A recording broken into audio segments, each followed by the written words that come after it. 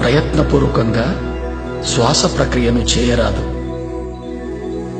తనకు తానుగా శ్వాస ప్రక్రియ జరుగుతూ ఉండాలి. సాక్షిగా సహజమైన శ్వాసను గమనిస్తూ ఉండాలి.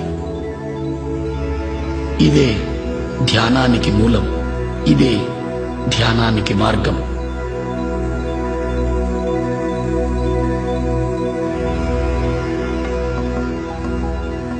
ఆలోచనల వెంట పోరాదు. ప్రశ్నలలో చిక్కుకోరాదు. ఆలోచనలను తుంచి ధ్యాసను శ్వాస వైపు మరల్చాలి. సహజమైన శ్వాసను మాత్రమే గమనిస్తూ ఉండాలి. పూర్తిగా శ్వాసతోనే ఉండాలి. అప్పుడు ఆలోచన సాంద్రత క్రమంగా తగ్గడం మొదలవుతుంది. క్రమంగా శ్వాస పరిమాణం కూడా పలుచబడుతూ చిన్నదవుతూ వస్తుంది.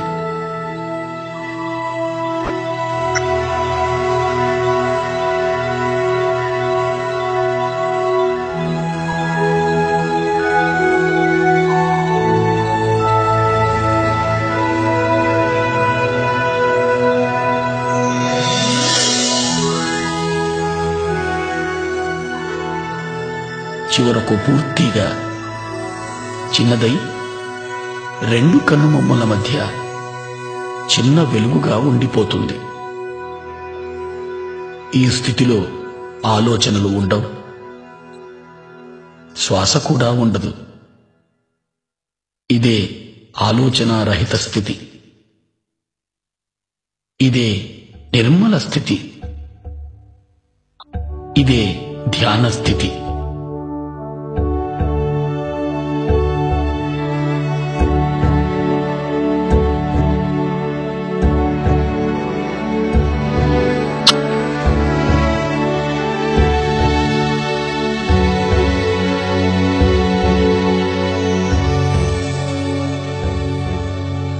ఈ స్థితిలోనే విశ్వశక్తి మనలోకి ప్రవహించడం మొదలవుతుంది. ఎప్పుడైతే మనం అధికంగా ధ్యానం చేస్తామో అధికంగా విశ్వశక్తిని పొందడం జరుగుతుంది.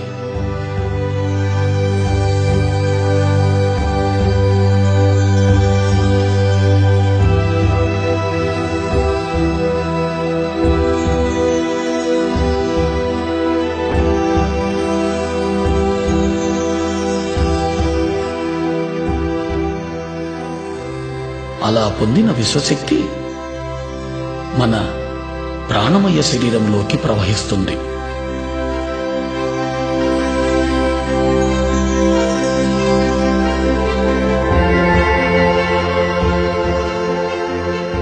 ప్రాణమయ శరీరం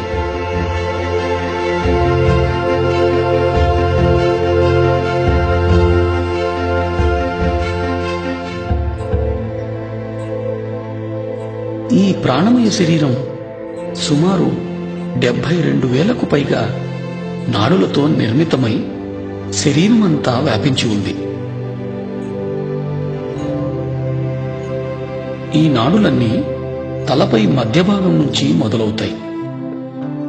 ఈ మొదలయ్యే భాగాన్ని బ్రహ్మరంధ్రము అంటారు.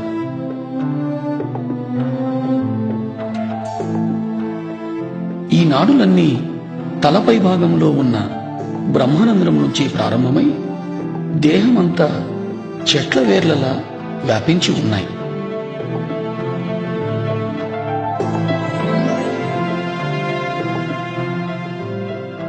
ఈ ప్రాణమయ శరీరమే మన జన్మ నిర్మాణానికి మూలం.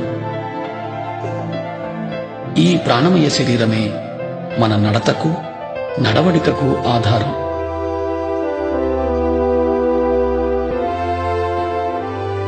మన ప్రాణమయ శరీరం విశ్వశక్తిని నిద్రలోనూ ధ్యానంలోనూ పొందుతూ ఉంటుంది. ఇలా పొందిన విశ్వశక్తిని మన శరీరము, మనసు, బుద్ధి చేసే పనులకు వాడుతూ ఉన్నాం. అనగా శారీరక ప్రక్రియలు, చూడడం, మాట్లాడడం, ఆలోచించడం మొదలైనవి. ఈ ప్రక్రియలన్నీ కూడా మనము తీసుకునే విశ్వశక్తిపైనే సంపూర్ణంగా ఆధారితమై ఉన్నాయి.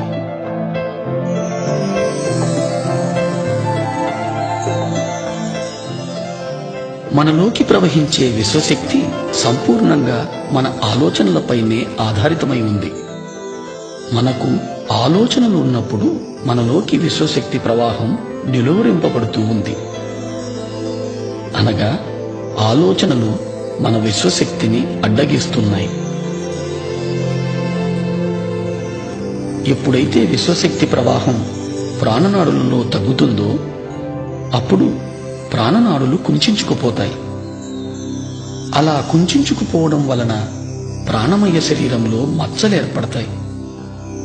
ఆ మచ్చలే క్రమంగా స్థూల శరీరంపై వ్యాధులుగా రూపాంతరం చెందుతాయి. అంటే అన్ని రోగాలకు మూలం ప్రాణమయ శరీరంలో ప్రాణశక్తి లోపం.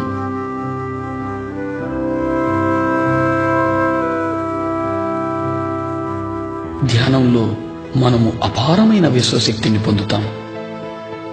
ఆ శక్తి మన ప్రాణమయ శరీరంలోని అన్ని నాడులలోనూ ప్రవహిస్తుంది. ఎప్పుడైతే ఈ విశ్వశక్తి మన నాడులలో ప్రవహిస్తుందో ఆ ప్రవాహపు తీవ్రతకు నాడులలో ఉన్న అడ్డంకులన్నీ తొలగిపోయి మచ్చలన్నీ మాసిపోతాయి. ఎప్పుడైతే మచ్చలన్నీ మాసిపోతాయో అప్పుడు మనం అన్ని రకాల రుగ్మతల నుంచి విముక్తి పొందగలుగుతాం.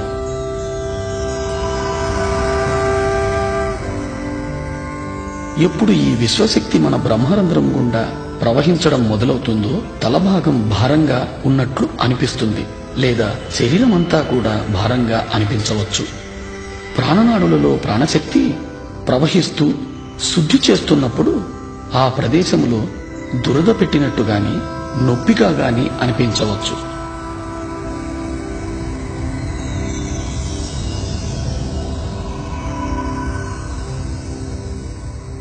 ఈ నొప్పులన్నింటికీ ఎలాంటి మందులు వాడనవసరం లేదు.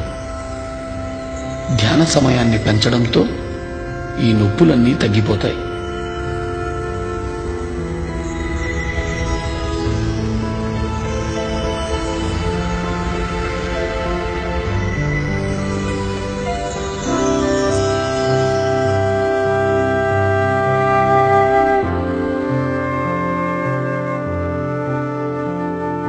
అత్యధికంగా విశ్వశక్తిని పొందడం ద్వారా మనం అన్ని రకాలైన శారీరక మానసిక రుగ్మతల నుంచి విముక్తి పొందగలుగుతాం.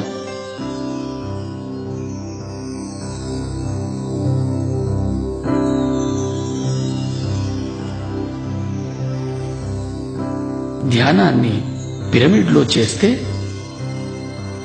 ధ్యాన స్థితి మనము 3 రెట్లు తొందరగా పొందగలుగుతాం. ఇప్పుడు మనం పిరమిడ్ యొక్క శక్తిని గురించి తెలుసుకుందాం.